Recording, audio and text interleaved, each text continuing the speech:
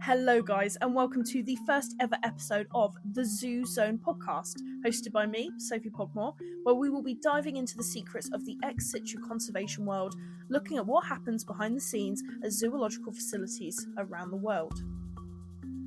Now, on today's episode, I wanted to do an introduction into why I wanted to start this podcast, and also talk a little bit about myself and my own background working with animals.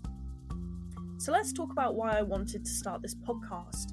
Well, personally, I think that the world of zoos and aquariums has become a controversial one more so in the last few years.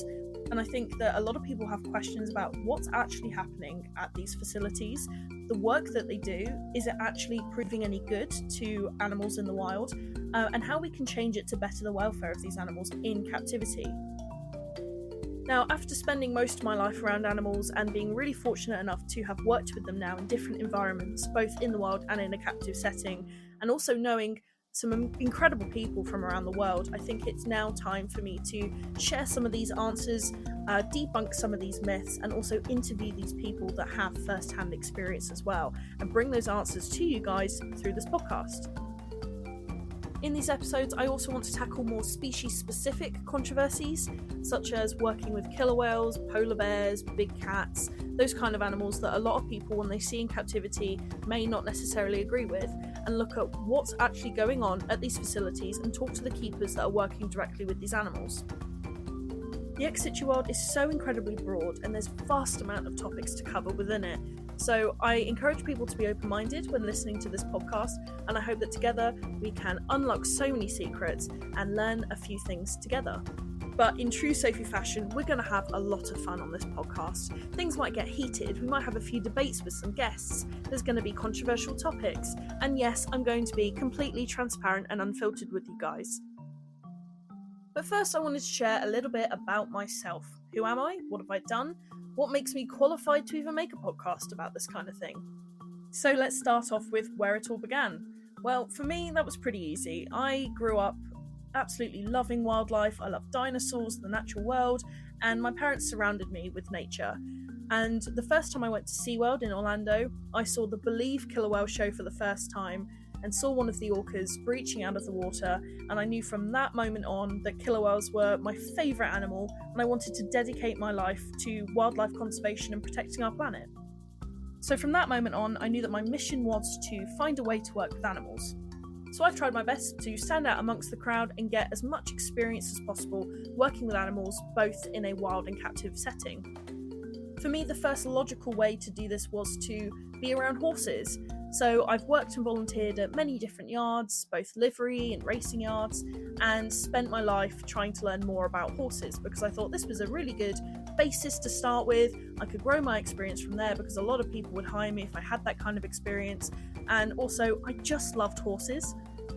So for college, I then went to Spa-Shot, which at the time was 2 of the best years of my life. I gained so much knowledge and experience working directly with both exotic and domestic species. I also learned all of the theory that would be needed to become a zookeeper, conservationist, animal trainer, behaviourist, you name it. It was such a brilliant way and introduction into the industry.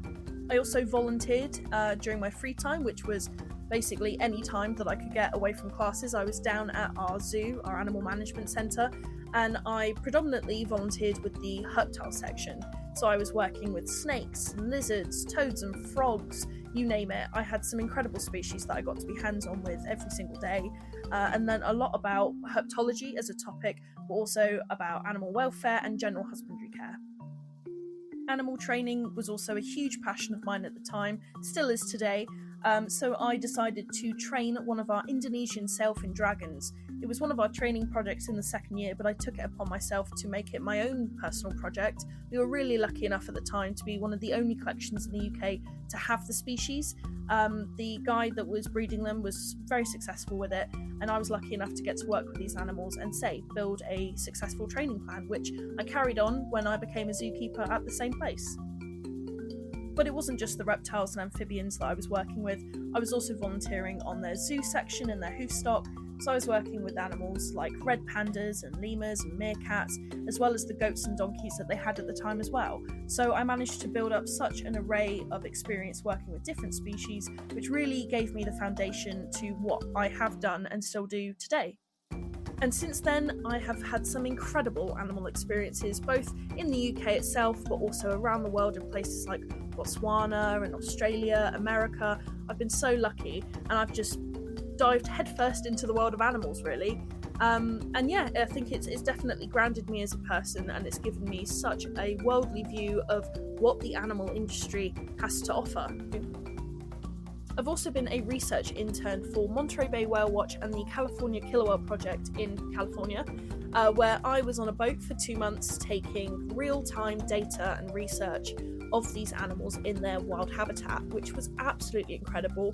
For me, being with wild killer whales most days as well was just, a massive highlight for me, and one of the best things I've ever done, and definitely something that I'd like to pursue more in the future, wanting to be a cetacean behaviourist. So yeah, that was also fantastic and definitely helped me develop more as a conservationist, as well as a person as well. It was an amazing opportunity personally and helped me grow a lot in self-confidence.